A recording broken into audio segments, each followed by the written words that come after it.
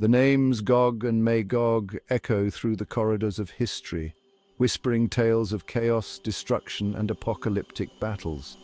They are figures of dread shrouded in mystery, their very mention sending shivers down the spines of those who dare to utter their names.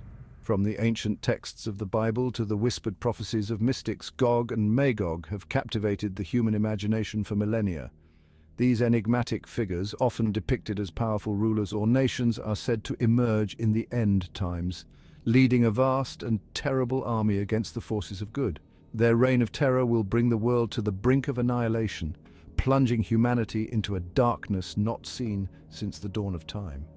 But who are Gog and Magog, and what is their significance in our modern world? For centuries, scholars, theologians, and armchair prophets have grappled with these questions, seeking to unravel the mysteries surrounding these harbingers of doom. Some dismiss them as mere allegorical figures, representing the forces of evil that have plagued humanity since the fall from grace. Others see them as literal entities, waiting in the wings for the appointed time to unleash their fury upon an unsuspecting world. In recent years, as global tensions rise and the spectre of war looms large, the prophecies of Gog and Magog have taken on a renewed urgency. Many believe that we are living in the end times and that the stage is being set for the final showdown between good and evil. Could these ancient prophecies hold the key to understanding the tumultuous events unfolding on the world stage today? The most detailed account of Gog and Magog is found in the book of Ezekiel, a prophet who lived in the 6th century BC. In chapters 38 and 39, Ezekiel describes a terrifying vision of a future invasion of Israel led by Gog, the ruler of Magog. This Gog is described as a powerful and ruthless conqueror, hailing from a distant northern land, who unites a vast coalition of nations to attack Israel in the latter days. Ezekiel's prophecy paints a vivid picture of this apocalyptic invasion. Gog's armies, vast and unstoppable, will sweep down from the north like a tempest, their ranks swollen with soldiers from Persia, Ethiopia, Libya, Gomer, and Togarmah. Driven by greed and lust for conquest, they will descend upon the mountains of Israel, seeking to plunder its riches and enslave its people. But Gog's invasion will not go unchallenged. The God of Israel, enraged by this act of aggression, will intervene in a display of power and fury that will shake the heavens and the earth. Fire and brimstone will rain down from the sky, consuming Gog's armies and scattering their remains across the land. Ezekiel's prophecy concludes with a message of hope and restoration. The land of Israel, cleansed by fire and the blood of its enemies, will be transformed into a paradise, a land flowing with milk and honey. The people of Israel, scattered for centuries, will be gathered from the four corners of the earth and restored to their ancestral homeland. A new era of peace and prosperity will dawn, and the name of the God of Israel will be exalted among the nations. The prophecies of Gog and Magog have resonated throughout history, inspiring both fear and fascination. Their names have become synonymous with chaos, destruction, and the ultimate battle between good and evil. But what do these figures represent, and why have they captured the human imagination for so long? Gog and Magog can be understood on multiple levels. On a literal level, they may represent specific individuals or nations who will play a pivotal role in the end times. Their names, shrouded in mystery, have been the subject of much speculation and debate throughout history.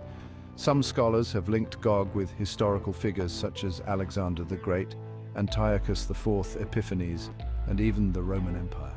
On a symbolic level, Gog and Magog represent the forces of evil and chaos that have plagued humanity since the dawn of time. They embody the darkness that lurks in the human heart, the insatiable lust for power and domination that drives men to wage war and oppress their fellow man. Their invasion of Israel, a land often seen as a symbol of God's chosen people, represents the ultimate assault on God's plan for humanity. Regardless of their specific identities, Gog and Magog serve as a stark reminder that the world is not a safe place. They remind us that evil is real and that it will stop at nothing to destroy all that is good and holy. Their story is a cautionary tale, urging us to be vigilant, to stand firm in our faith, and to be prepared for the battles that lie ahead. Section 4. The Return of Israel. Setting the stage for prophecy. For centuries, the Jewish people were scattered across the globe, their ancient homeland a distant memory. But in the 19th century, a movement known as Zionism emerged, calling for the establishment of a Jewish state in Palestine. This movement gained momentum in the aftermath of the Holocaust, which saw the systematic extermination of 6 million Jews by Nazi Germany.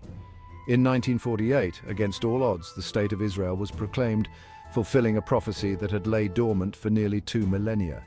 The return of the Jewish people to their ancestral homeland was a momentous event, not only for Jews worldwide, but also for those who believe in the literal fulfillment of biblical prophecy. According to many evangelical Christians, the rebirth of Israel is a key sign that we are living in the end times. They point to passages in the Bible, such as Ezekiel 36:24, which states, "For I will take you from among the nations, gather you out of all countries, and bring you into your own land." The return of the Jews to Israel, they believe, sets the stage for the dramatic events prophesied in the book of Ezekiel, including the invasion of Gog and Magog. The rebirth of Israel has also had a profound impact on the geopolitical landscape of the Middle East. Surrounded by hostile neighbors who have repeatedly sought to destroy it, Israel has been forced to develop one of the most powerful militaries in the world. The ongoing conflict between Israel and its neighbors, particularly the Palestinians, has become one of the most intractable and complex issues in the world today. Section 5. Putin on the world stage, a force to be reckoned with. In the heart of Eurasia, a new power has risen from the ashes of the Soviet Union. Russia, led by the enigmatic and iron-fisted Vladimir Putin, has reasserted itself on the world stage, challenging the established global order and stoking fears of a new Cold War. Putin, a former KGB agent, is a shrewd and ruthless operator, driven by a deep-seated ambition to restore Russia to its former glory. Under Putin's leadership, Russia has flexed its military muscle in Georgia, Ukraine, and Syria, demonstrating its willingness to use force to achieve its strategic objectives. Putin has also forged alliances with other authoritarian regimes, such as Iran and China, creating a formidable bloc that seeks to counter the influence of the United States and its allies. Putin's aggressive foreign policy has alarmed Western leaders, who see him as a dangerous and unpredictable adversary. His annexation of Crimea in 2014 and his ongoing support for separatists in eastern Ukraine have been widely condemned as violations of international law.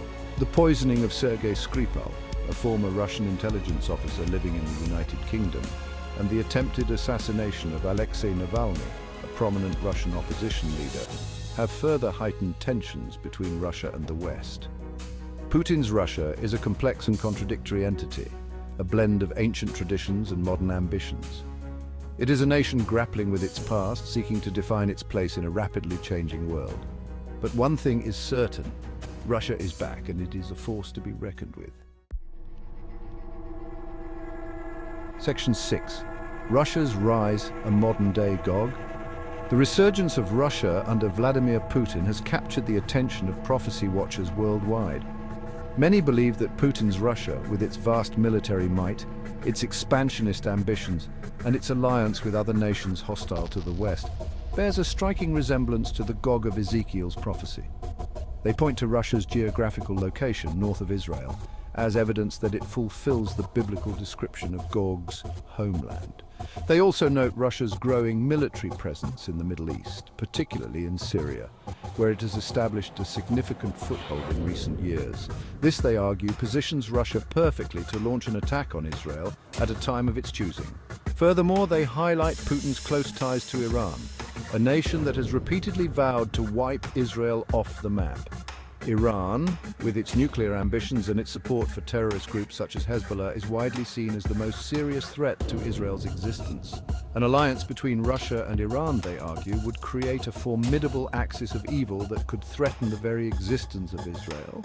While some dismiss such comparisons as far-fetched, others believe that they warrant serious consideration.